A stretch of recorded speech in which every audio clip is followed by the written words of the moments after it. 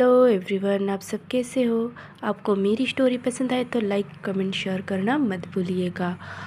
और चलो story start करते हैं। हमने पिछले एपिसोड में देखा था विहिंग अपने दादाजी के साथ बिताए हुए पल और उन यादों में खो जाता है।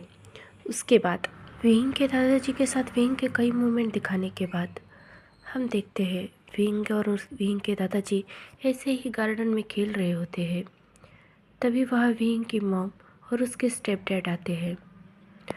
उनको देखकर विहिंग के ग्रैंडपा खुश नहीं लग रहे होते।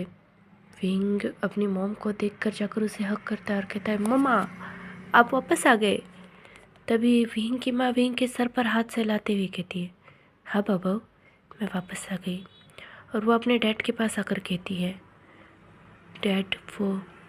तभी विहिंग के ग्रैंडपा कहते हैं, तो तुम विहिंग को लेने आई हो। वो कहती है, पर डैड विहिंग के अब हमारे साथ रहने दीजिए, आपकी हेल्थ अच्छी नहीं रहती और अगर इसी तरह चलता रहा तो फिर विहिंग अकेला कैसे रहेगा। आप समझने की कोशिश कीजिए। तभी विहिंग के स्टेप डैड आगे आते और कहते हैं, फादर इन लॉ मैं विहिंग का बहुत अच्छे से ख्याल रखूँगा, उसे अपने बच्चे की तरह पालूँगा। ये सुनकर वो गुस्से में उसकी तरफ देखते हैं और कहते हैं, तुम हाँ, मेरी बेटी को फंसाकर काफ़ी नहीं हुआ जो अब मेरे पोते को मुझसे दूर करना चाहते हो। ऐसे कहकर वो गुस्से में अपने दामाद और बेटी की तरफ देख रहे होते हैं। तभी विंग की मॉम उन्हें समझाती हुई कहती है, डैड समझने की कोशिश कीजिए। मैं विंग की माँ हूँ, मैं उसका बुरा नहीं चाहूँगी। उसके अच्छे फ्यूचर के लिए मैं उसे शहर लेकर जाना चाहती हूँ ताकि वो पढ़े लिखे और एक अच्छा इंसान बने। ऐसे कहकर वो उन्हें कन्विंस कर कर विंग को वहाँ से लेकर जाती है। विंग भी अपने दादाजी से दूर नहीं जाना चाहता था, बट अपनी मॉम के चलते उसे जाना पड़ता है। वहाँ जाकर हम देखते हैं कि विंग के डैड विंग का तो ख्याल रखते हैं, पर उन्हें गैम्बलिंग की बहुत बुरी आदत लग गई होती है। वो गैम्बलिंग में सारा पैसा उड़ाने लगते हैं और जो विहिंग के दादाजी विहिंग के और विहिंग के मॉम के खर्चे के लिए पैसे भेजा करते थे उसके ग्रैंडपा, वो भी पैसे वो ग्लैम्पिंग में उड़ा देते हैं। एक दिन उन पर ग्लैम्पिंग का पैसा इतना ज़्यादा बढ़ जाता है कि उनका खून हो जाता है उन पैसों के लिए और सारा का सारा कर्जा विहिंग के सर पर आ जाता है। विहिंग अभी बस 20 साल का ही तो था और उसके सर पर इतना बड़ा कर्जदार आकर उसे तंग करने लगते थे और गंदी गंदी गालियाँ देते थे। विहिंग से ये बर्दाश्त नहीं होता और वो कुछ सोचकर अपनी ग्रैंडपा की दी हुई वो हवेली जो उन्होंने विहिंग के नाम की थी वो बेचने के लिए अपनी मॉम से बात करता है। कहता है, मॉम मैं सोच रहा हूँ कि वो हवेली बेच दूँ जो ग्रैंडपा ने मेरे लिए छोड़ी है।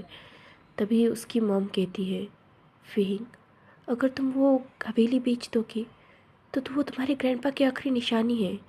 वो कहता है, मॉम ये कर्जदारों की गालियाँ बातें सुनने से तो अच्छा है मैं वो हवेली बेच दूँ। और वैसे भी मुझे अपनी इन लिटिल सिस्टर और लिटिल ब्रदर का भी तो ख्याल रखना है। उसकी माँ कहती है, बट बेटा। तभी विंग कहता है, मॉम आप फिक्र मत कीजिए, मैं सब ठीक कर दूँगा। ऐसे कहकर वो तभी विंग अपने होश में आता और कहता है, हाँ इस तरह से ये हवेली बेचने पर आई। अगर इसे कोई ख़रीदना चाहता नहीं होता ना तो मैं अपने ग्रैंडपा की आखिरी निशानी कभी नहीं बेचता। हम तभी देखते हैं दूर खड़े एक शख्स बहुत ही डीपली विंग को घूर रहा होता है। वो कहता है, ओ रियली मेरी स्वीटहार्ट, अगर यह हवेली बेचना नहीं चाहती तो क्यों बेच रहे हो। ऐसे कहकर वो एक स्माइल करता है और वहाँ से चला जाता है।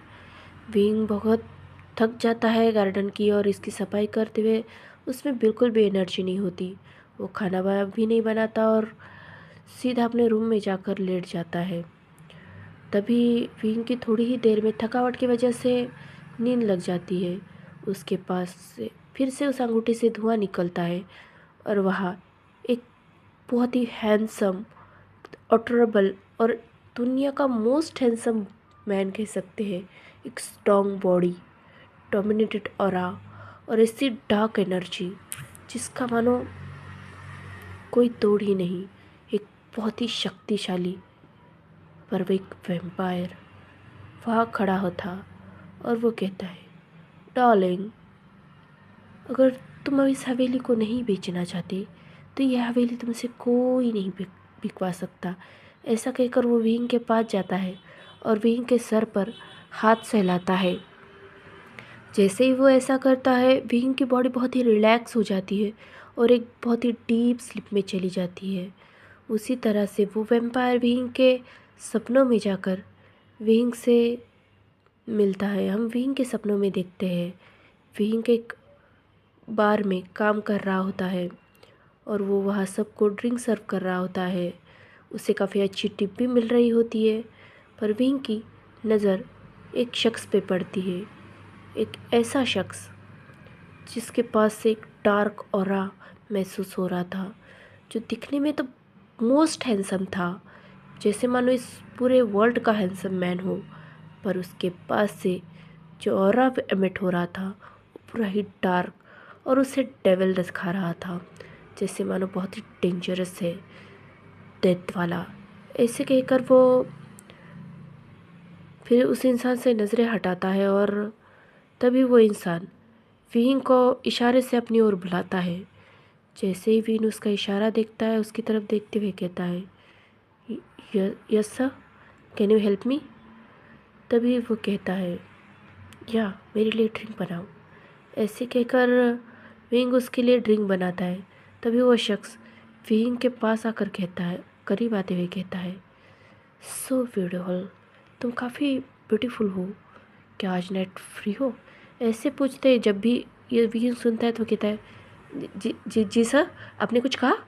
तभी वो इंसान फिर से अपनी बात दोहराता है, क्या आज रात फ्री हो, फ़न करते हैं। ऐसे कहकर वो इंसान बहुत ही डीपली विंग की तरफ देखता है। तभी विंग उसे ग्रीट करते हुए कहता है, सॉरी सर, बट मैं फ्री नहीं हूँ, मेरी बॉयफ्रेंड के साथ आज डेट पे है। ऐसा कहकर वो वहाँ से चला जाता है। उस इंसान से भी विंग को बहुत अच्छी टिप मिलती है और विंग कहता है, ओह डैम, मुझे ना बहुत अच्छी टिप मिली है, अब इन पैसों से मैं जल्द से जल्द अपना कर्जा चुका सकता हूँ। ऐसे कहकर वो वहाँ से बस स्टॉप पे आकर खड़ा हो जाता है। वो बस का इंतज़ार कर रहा होता है। तभी एक लग्जरियस कार आकर उसके पास आकर खड़ी होती है और कहती है, हे स्वीट हार्ट, क्या मैं तुम्हें ड्रॉप कर दूँ। लगता है तुम्हारा बॉयफ्रेंड आज नहीं आने वाला। ये सुनकर विंग थोड़ा अपवर्ड फील करता है और कहता है, नो थैंक्स, मैं बस से चला जाऊँगा। तभी वो इंसान कहता है, मुझे नहीं लगता आज दूर दूर तक कोई बस आने वाली है और मौसम भी काफ़ी ख़राब है। तुम कहो तो मैं तुम्हें छोड़ दूँगा। आई नो मैंने तुम्हें कुछ गलत पूछा था, बट मैं एक अच्छा और डिसेंट बंदा हूँ यार। ऐसे कहकर वो विंग की तरफ विंग करता है। विंग जस्ट नोट करता है और कहता है, ठीक है। ऐसे कहकर वो विंग उसकी पैसेंजर सीट पे जाकर बैठ जाता है। वो इंसान गाड़ी ड्राइव करता है और विंग से कहता है, तुम्हारा एड्रेस। विंग उसे बताता है, ईलिंग माउंटेन। जैसे ही ये नाम सुनता है वो कहता है, ईलिंग माउंटेन, वहाँ तो दूर दूर तक कोई नहीं रहता, काफ़ी कम लोग रहते हैं वहाँ पे। तुम उतनी दूर से यहाँ इतनी दूर काम के लिए आते हो, चाइना के बीचों बीच आते हो। तभी वो कहता है, जब मजबूरी आती है तो सब कुछ करना पड़ता है।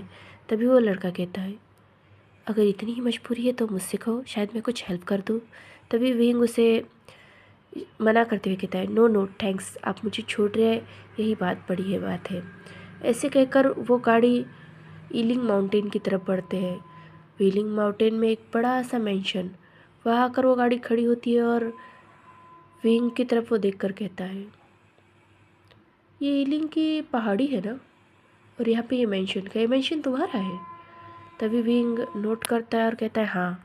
ऐसा कहकर विंग कार से बाहर निकलता है और वहाँ से बाय करते हुए जाते हुए जा रहा होता है। तभी वो कार में बैठा लड़का कहता है, हे स्वीट हार्ट, मैंने तुम्हें ड्रॉप किया है, कम से कम अपना कॉन्टैक्ट नंबर तो दो। तभी विंग मना करते हुए कहता है, सॉरी पर मैं नहीं दे सकता। तभी वो कहता है, ओह कम ऑन, माना कि मैं स्ट्रेंजर हूँ, बट मुझे अपना नंबर ही दे दो, ऐसे अपना नाम ही बता दो। ऐसा कहकर वो स्माइल करता है। विंग उसकी तरफ पलटता है और उसे अपना नाम बताते हुए कहता है, मैं विभूषियान हूँ। ऐसा कहकर वो फिर से अपने मेंशन की तरफ बढ़ जाता है। वो कार में बैठा हुआ लड़का स्माइल करते हुए कहता है, विभूषियान विंग, नाइस नेम। ऐसे कहकर वो गाड़ी वहाँ से लेकर जाता है और विंग फिर से अपने मेंशन में आकर अपने बेड पर सोते हुए डीप स्लीप में जाता है। तभी उसे महसूस होता है कि कोई फिर से उसे टच कर रहा है, उसकी बॉडी को, उसके चेस्ट को, उसके लिप्स को फिर से कोई ऐसी बहुत ही बुरी तरह से मैसी करने चाहता है। जैसे ही विंग को ऐसा महसूस होता है, विंग की नींद टूट जाती है और वो अपने सपने से बाहर आकर कहता है, हाँ, ये क्या था, और वो ये कैसा सपना था। ऐसे कहकर वो बहुत हाँफ रहा होता है, उसका पूरा शरीर पसीने से पत्तर पत्तर होता है और वो कहता है, कौन था यहाँ पे, कौन मुझे इस तरह से छू रहा था।